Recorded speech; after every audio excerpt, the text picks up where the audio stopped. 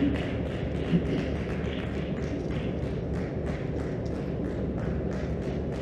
اللہ الرحمن الرحیم ایاک نعبد و ایاک نستعین. مجھے آج اس پروجیکٹ کو اس کی سٹون لیئنگ کرنے میں بہت خوشی ہو رہی ہے، اور مجھے آج یہ بڑا ایک جمعہ بھی ہے، ایک بڑا خوشائند دن ہے، کیونکہ آج ہم نے ابھی صبح ایک کانٹریکٹ سائن کیا قطر کے ساتھ، جس میں جو ہمارا پرانا کانٹریکٹ تھا اس میں اور اس میں اب ہر سال ہمیں $300 ملین کی بچت ہوگی، اور انشاءاللہ جو 10 سال اگلے 10 سال میں $3 ارب کی پاکستان کو بچت ہوگی. تو مجھے اس کی بڑی خوشی ہے، اور اس 1 سال سے ہم لگے ہوئے تھے اس کے اوپر نیگوشیٹ کرنے کے لیے. اور یہ جو اب یہ پروجیکٹ ہے، اس پروجیکٹ کے لیے میں ذرا پہلے جو اب سب سے جو میں اپنے خیال آپ کے سامنے رکھنا چاہتا ہوں وہ یہ کہ دیکھیں، جب ملک پہ مشکل وقت آتا ہے تو مشکل وقت سے نکلنے کے لیے ایک ملک کو آؤٹ آف دا باکس سوچنا پڑتا ہے. آؤٹ آف دا باکس مطلب کہ وہ سوچ لے کے آئے ہیں جو کہ وہی پرانی گھسی پٹی سوچ ہے، ہٹ کے اور کچھ. اب ہمارا مسئلہ کیا ہے؟ ذرا میں اپنی میری وزیر بھی سارے بیٹھے ہوئے ہیں، میری ہمارے ممبرز آف پارلیمنٹ بھی بیٹھے ہوئے ہیں، میں ذرا آپ کو سمجھانا چاہتا ہوں کہ اس وقت پاکستان کیا فیس کر رہا ہے. ہمارے پاس 2 بڑے پرابلمز ہیں، اور وہ لوگ کہتے ہیں جی پرانی باتیں نہ کرو، لیکن یہ ہمارے جو 10 سال جو ڈیکیڈ آف ڈارکنس جسے ہم کہتے ہیں، 10 اندھیرے سال، ان میں جو قرضے چڑھے ہوئے ہیں اور جس طرح کی اکانومی کی مس مینجمنٹ ہوئی، اسے ہوا کیا؟ 2 چیزیں. ایک ہمارا بہت بڑا فسکل ڈیفیسٹ، اور فسکل ڈیفیسٹ کی وجہ سے قرضے، اور دوسری طرف ہمارا کرنٹ اکاؤنٹ ڈیفیسٹ.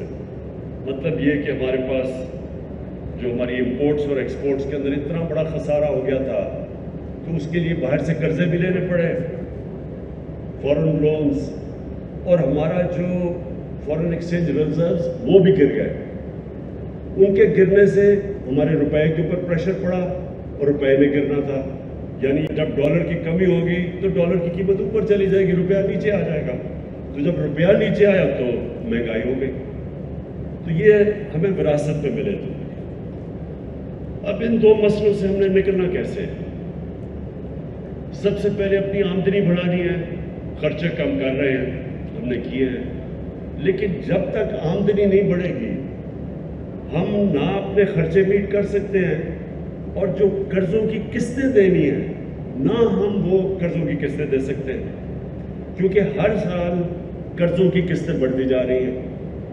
تو لہٰذا پاکستان کے اندر ویلتھ کریشن جنریٹ کرنا ہے کہ اپنی دولت بڑھائیں تاکہ ہمارے پاس قرضے واپس کرنے کے لیے قوت ہو. تو اس پروجیکٹ کو اس نظر سے آپ نے دیکھنا ہے.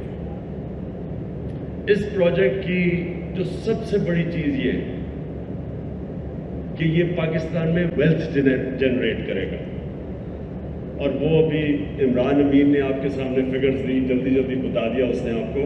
میرے خیال میں آپ کو سمجھ نہیں آئی کہ یہ جو پروجیکٹ ہے یہ کتنا پیسہ جنریٹ کرے گا پنجاب گورنمنٹ کے لیے، پاکستان کے فیڈرل گورنمنٹ کے لیے، ریلویز کے لیے، اور CAA کے لیے. جو پہلا فیز ہے، پہلے فیز کے اندر 1300 ارب روپیہ جنریٹ ہوگا پہلے فیز میں، جس میں جو فیڈرل گورنمنٹ کو ٹیکسز پہ ریونیو ملے گا وہ 250 ارب ہے. اور اس کا جو دوسرا امپیکٹ پڑے گا وہ بھی نہیں، آپ پہ رجسٹر ہی نہیں ہوا، کیونکہ یہ اس کو ڈی نوٹیفائی کیا جائے گا as an airport. Walton airport denotify ہو جائے گا. اس سے یہ ہوگا کہ یہ جو گلبرگ مین بولاوارڈ فیروز پور روڈ ادھر اس وقت ریسٹرکشن تھی, بلڈنگز کو اوپر جانے نہیں دیا جا رہا تھا کیونکہ اس ایئرپورٹ کی وجہ سے وہ فلائی زون میں آ جاتا تھا. تو جب یہ ایئرپورٹ ڈی نوٹیفائی ہوگا تو یہ سارے علاقوں میں, اور یہ سینٹرز ہیں ہمارے, یہ کمرشل سینٹرز ہیں, مین بولاوارڈ, فیروز پور روڈ, سارا گلبرگ, یہ اکنامک ہب بن سکتا ہے کیونکہ یہ پھر اوپر جا سکیں گے. تو اس سے دو فائدے ہوں گے. ایک تو جو ہمارا اب جو لاہور ہے یہ جو پھیلتا جا رہا ہے اس کو روکنے کے لیے تو ورٹیکل اوپر جانا پڑے گا, کیونکہ لاہور جب میں بڑا ہو رہا تھا تو لاہور تقریباً زمان پاک پہ ختم ہو جاتا, اس کے زمان پاک کی یہ سارا گلبرگ وغیرہ تھا, یہ ہم ان کو دیہات سمجھتے تھے, کھیت کود تھے یہاں سارے. تو یہ اتنی تیزی سے پھیلا ہے کہ اس کے بہت وہ منفی اثرات آگے سامنے آ رہے ہیں. سب سے پہلے پانی کا, بہت بڑا پانی کا مسئلہ ہو گیا, وہ واٹر ٹیبل نیچے جا رہی ہے اور بھی تیزی سے نیچے جا رہی ہے. دوسرا جو سارا لاہور کا سیوریج ہے وہ جا رہا ہے راوی کے اندر. جب راوی کا سیوریج کا مطلب کہ وہ سارا نیچے سندھ تک اس سارے شہر کا سارا سیوریج نیچے جا رہا ہے جو کہ پانی کو بھی خراب کرتا ہے. کئی لوگ تو دریا کا پانی پیتے ہیں نیچے, اور دوسرا واٹر ٹیبل بھی وہ بھی کنٹامنیٹ ہو رہی ہے. اور جو راوی ہے وہ جب سردیاں آتی ہیں تو وہ جب سکڑتا ہے تو وہ بالکل ایک سوئچ کا نالا بن جاتا ہے. تو وہ ایک ایشو. اور جتنا آپ کا شہر پھیلتا جاتا ہے اس کو آپ فیسلٹیز ہی نہیں دے سکتے, نہ آپ ان کو سیوریج سسٹم دے سکتے ہیں, نہ پانی دے سکتے ہیں, اور جو بھی آپ امیونٹیز دیتے ہیں ان کا خرچہ بڑھتا جاتا ہے. اس لیے دنیا میں ماڈرن سٹیز اوپر جاتی ہیں. اور پھر یہ جب والٹن ایئرپورٹ ڈی نوٹیفائی ہوگا تو یہ سارے علاقوں کو جب اجازت دی کمرشل اوپر جانے کا, تو جو انہوں نے ایسٹیمیٹ کیا ہے, اور عمران میں یہ چاہوں گا کہ آپ کے میڈیا کو بریک ڈاؤن دیں, یہ ایسٹیمیٹ کرتے ہیں کہ اس کا کمرشل ویلیو جو ہماری ویلتھ جنریٹ ہوگی وہ 6,000 ارب روپے ہو گئے. 6,000 ارب روپیہ. کیونکہ مجھے لگتا ہے یہ سامنے میرے خیال میں آپ لیٹ نائٹ سب نے کی ہوئی ہے کیونکہ سوئے ہوئے آپ سب, کوئی تالیوں کی آواز نہیں آئی کہ 6,000 ارب روپیہ جنریٹ ہوگا. یار علیم خان آپ کو تو خاص پتہ چلنا چاہیے نا ان چیزوں کا, کیونکہ آپ تو ہیں اس بزنس میں. دیکھیں یہ اس کا جو کاسٹ, ایک یہ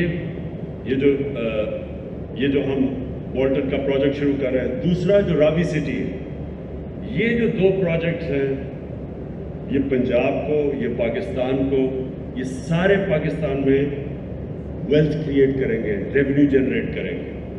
اور ویسے بھی یہ جو ایئرپورٹ کبھی شہر کے بیچ میں نہیں ہوتا, یہ بڑا 3-4 کریش ہوئے ہیں پچھلے چند سالوں کے اندر, جب ایئرپورٹ اور فلائنگ کلب شہر کے اندر نہیں ہوتا. ان کے لیے ہم نے ایک اور جگہ دے دی ہے اور اس پہ انشاءاللہ بھی کنسٹرکشن شروع ہو جائے گی تاکہ یہ آلٹرنیٹ شہر سے باہر چلا جائے, اور اس کو پھر ہم پوری طرح ایک کمرشل سینٹر بنائیں.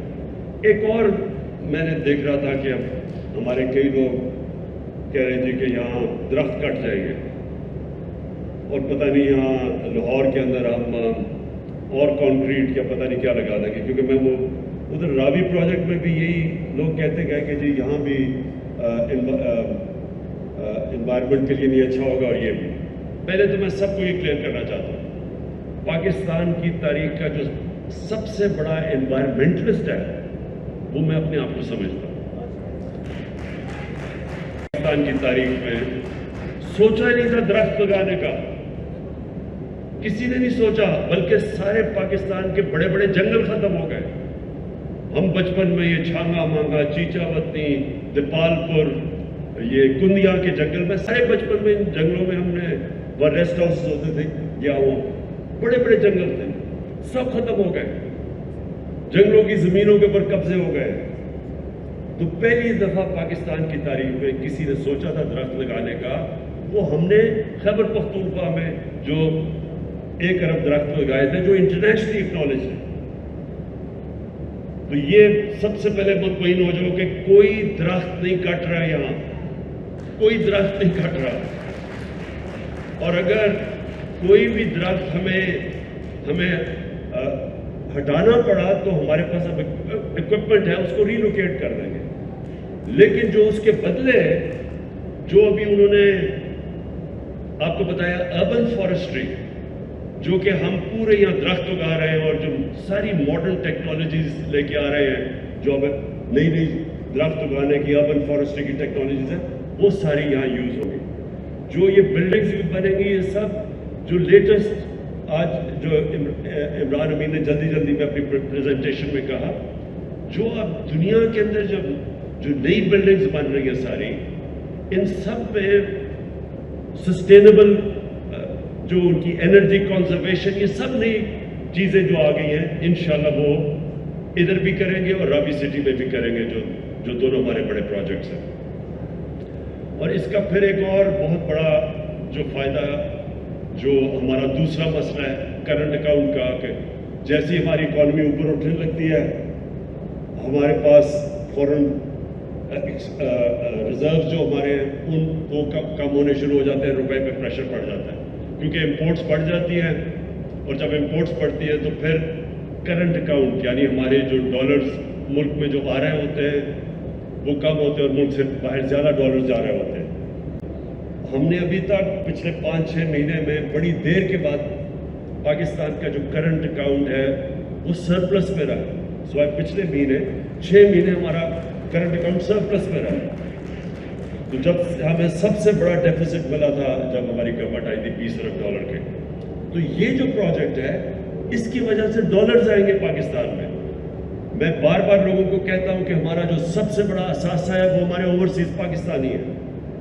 اور اوورسیز پاکستانی اب جب بھی کوئی ہاؤسنگ سوسائٹیز بنتی ہیں، علیم خان کو پتا ہوگا اس میں بہت بڑی انویسٹمنٹ اوورسیز پاکستانی کرتے ہیں، کیونکہ وہ بدقسمتی سے ہم نے ابھی تک وہ سسٹم نہیں بنایا کہ وہ ہمارے لیے انڈسٹری میں اور چیزوں میں انویسٹ کریں. وہ کرتے ہیں پراپرٹی میں صرف. تو یہ جو بڑا میگا پروجیکٹ ہے یہ راوی سٹی کا، اور یہ جو والٹن کا ہمارا پروجیکٹ ہے، اس کے اندر بہت زیادہ انٹرسٹ اوورسیز پاکستانی کا ہے. اور اس کا مطلب کہ باہر سے ہمارے پاس پیسہ آئے گا، اور جیسے جیسے ہمارا ملک اب اوپر جا رہا ہے، ہماری ٹیکسٹائل ایکسپورٹس بڑھتی جا رہی ہیں، ہماری اس وقت نئی فیکٹریاں بن رہی ہیں، تو جو مشین امپورٹ کرتے ہیں اس سے پریشر پڑ رہا ہے ہمارے فورن ایکسچینج ریزرو سے.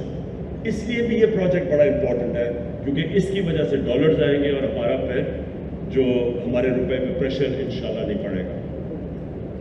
میں جو عثمان گزار نے بھی بات نہیں کی، اس میں صرف ایک اور چیز ٹچ کرنا چاہتا ہوں. جو ہمیں نیا پاکستان پروجیکٹ ہمارا گھروں کا، افورڈیبل ہاؤسنگ کا، پہلی دفعہ پاکستان کی تاریخ میں کوشش کی جا رہی ہے کہ تنخواہ دار طبقہ، مزدور طبقہ جن کے پاس پیسے نہیں ہے، کیش نہیں ہے گھر بنانے کا، تو ان کے لیے آج تک وہ بس خواب بھی دیکھتے رہتے تھے کہ ہمارے پاس بھی گھر ہو.